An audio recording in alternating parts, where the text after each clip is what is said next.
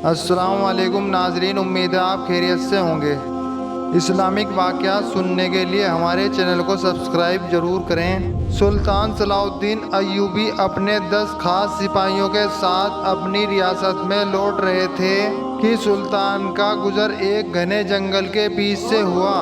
सुल्तान सलाहुद्दीन तेज रफ्तार के साथ अपने सिपाहियों के साथ घोड़े पर आ रहे थे कि अचानक सुल्तान की नज़र एक गार पर पड़ी और उसको देखकर सुल्तान गुस्से से लाल हो गए। सुल्तान के चेहरे को देखकर सिपाहियों के रंग भी बदल गए और वे सोचने लग गए कि आखिर सुल्तान सलाहुद्दीन अय्यूबी ने ऐसा क्या देख लिया कि वे इतना ज़्यादा गुस्सा हो गए। फिर एक सिपाही ने कहा, सुल्तान ए मुअज्जम, ऐसी क्या बात है जो आपको इतना परेशान कर रही है? तो सुल्तान सलाहुद्दीन अय्यूबी ने कहा कि वे सामने देखो। जब सिपाहियों ने देखा तो सामने एक गार नजर आ रही थी। सुल्तान ने कहा कि इसमें एक औरत रीछ को पकड़कर गार में अंदर ले गई और इसका मतलब तो जानते ही हो। ये सुनकर तमाम सिपाही शर्म से सर झुकाकर खड़े हो गए। घोड़े रुक चुके थे और सुल्तान ने अपने एक सिपाही को हुक्म दिया कि जब ये औरत गार से निकले तो उसका पीछा करना और उसके घर का पता मालूम कर लेना और सुबह उसको मेरी अदालत में हाजिर करना। जब सुबह हुई तो सुल्तान सलाहुद्दीन अय्यूबी अदालत में मौजूद थे कि सुल्तान के हुक्म पर सिपाही उस औरत को पकड़कर सुल्तान सलाहुद्दीन के सामने हाजिर हुए। सिपाही ने उस औरत को एक खास काली चादर में लपेटा हुआ था, क्योंकि सुल्तान के सामने किसी भी औरत को तंग कपड़ों में हाजिर होने की इजाज़त नहीं थी। सुल्तान ने उस औरत से सवाल किया कि तुमने वे गलत काम किया जिसकी सज़ा बहुत बड़ी है। वे औरत कहने लगी, ए सुल्तान मुअज्जम, आखिर मुझसे ऐसा क्या गुनाह सरजद हुआ कि जिसकी इतनी बड़ी सज़ा है? तो सुल्तान ने कहा कि मैं सब कुछ अपनी गुनहगार आंखों से देख चुका हूँ। अब आप सच बताओ कि कल गार में एक रीछ के साथ अंदर क्या करने गई थी और क्यों गई थी? वे औरत शर्म से सर झुकाकर खड़ी हो गई और सुल्तान ने कहा कि इसका मतलब जान चुका हूँ, लेकिन अब बताओ कि इसके पीछे हकीकत क्या है? क्या तुम शादीशुदा नहीं या तुम्हारा शौहर मर चुका है कि तुम्हें ऐसी नौबत आ गई? तो औरत रोने लगी और कहा, सुल्तान मुअज्जम, जिस गांव का काजी बदकार और जलील इंसान हो उस गांव की औरतें फिर ऐसा काम नहीं तो फिर क्या करेंगी? ये सुनकर सलाहुद्दीन ने उस औरत से पूछा, बताओ आखिर क्या हुआ? ऐसी क्या बात है कि जिसने तुम्हें इतना बड़ा गुनाह करने पर मजबूर कर दिया?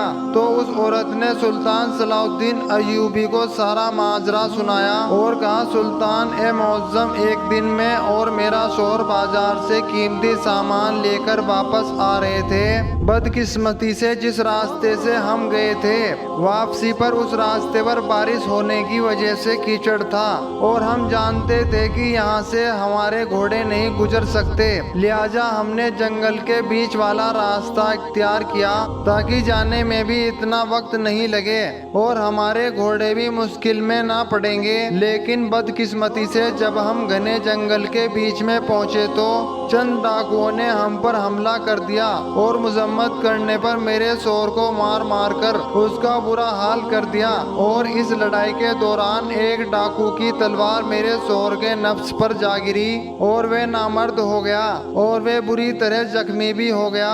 कई महीनों से उसका इलाज चल रहा है लेकिन अभी तक चलने के काबिल नहीं हुआ। मैं इंसाफ लेने के लिए काजी साहब के पास गई, क्योंकि वे कोई आम डाकू नहीं थे, हमारे इलाके के मशहूर तरीन डाकू हैं। इंसाफ लेने के लिए अपना मुकदमा लेकर गई तो उल्टा काजी साहब मेरे जिस्म को भेड़ की तरह देखने लगा।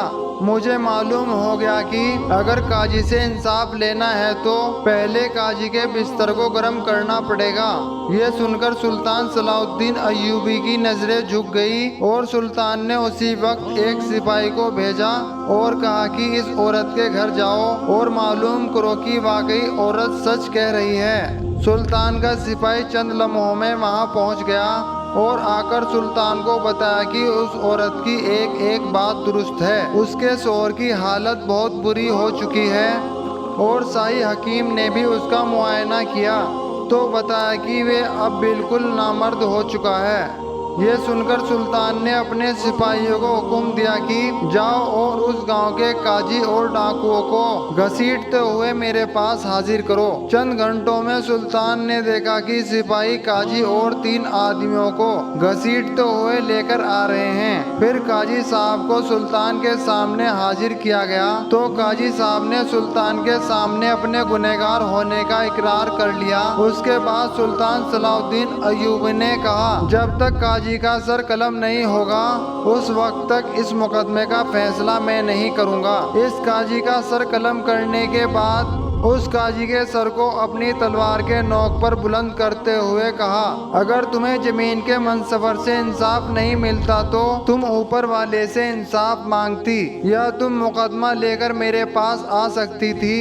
क्या तुझे मालूम नहीं कि सुल्तान सलाउद्दीन की अदालत से अल्लाह के हुक्म से आज तक कोई भी हाजतमंद बगैर अपनी हाजत पूरी किए नहीं गया। तो उस औरत ने कहा, सुल्तान मैं अकेली थी और मुझ में इतनी हिम्मत भी नहीं बची थी कि मैं किसी के पास इंसाफ लेने के लिए जाऊं।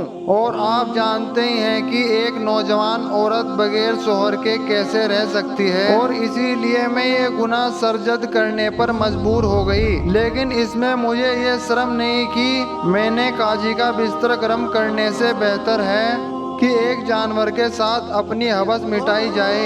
क़यामत के दिन में अपने अल्लाह के सामने किसी गैर मर्द के साथ जिन्हा करने की वजह से नहीं पकड़ी जाऊंगी। ये सुनकर सुल्तान सलाउद्दीन अय्यूबी ने कहा, ये जुर्म भी बहुत बड़ा जुर्म है। जिसने तुम्हारे साथ ज्यादती की, नाइंसाफी की, वे अपने अंजाम को पहुंच गया, लिहाजा तुम्हें भी अपनी सजा भुगतनी पड़ेगी। और कहते हैं कि फिर इस सुल्तान सलाउद्दीन अय्यूबी ने शरीयत के मुताबिक उस औरत को सजा दे दी। और उसके बाद सुल्तान ने हुक्म दिया कि मेरी पूरी सल्तनत में ये पैगाम फैला दो कि कोई भी औरत किसी भी नामहरूम मर्द के साथ या किसी भी जानवर के साथ जिना करते हुए पकड़ी गई तो दोनों को सरेआम संसार कर दिया जाएगा। और फिर कहते हैं कि सुल्तान के इस हुक्म के बाद किसी में इतनी जुर्रत नहीं थी कि कोई ऐसा गलत कदम उठा सके।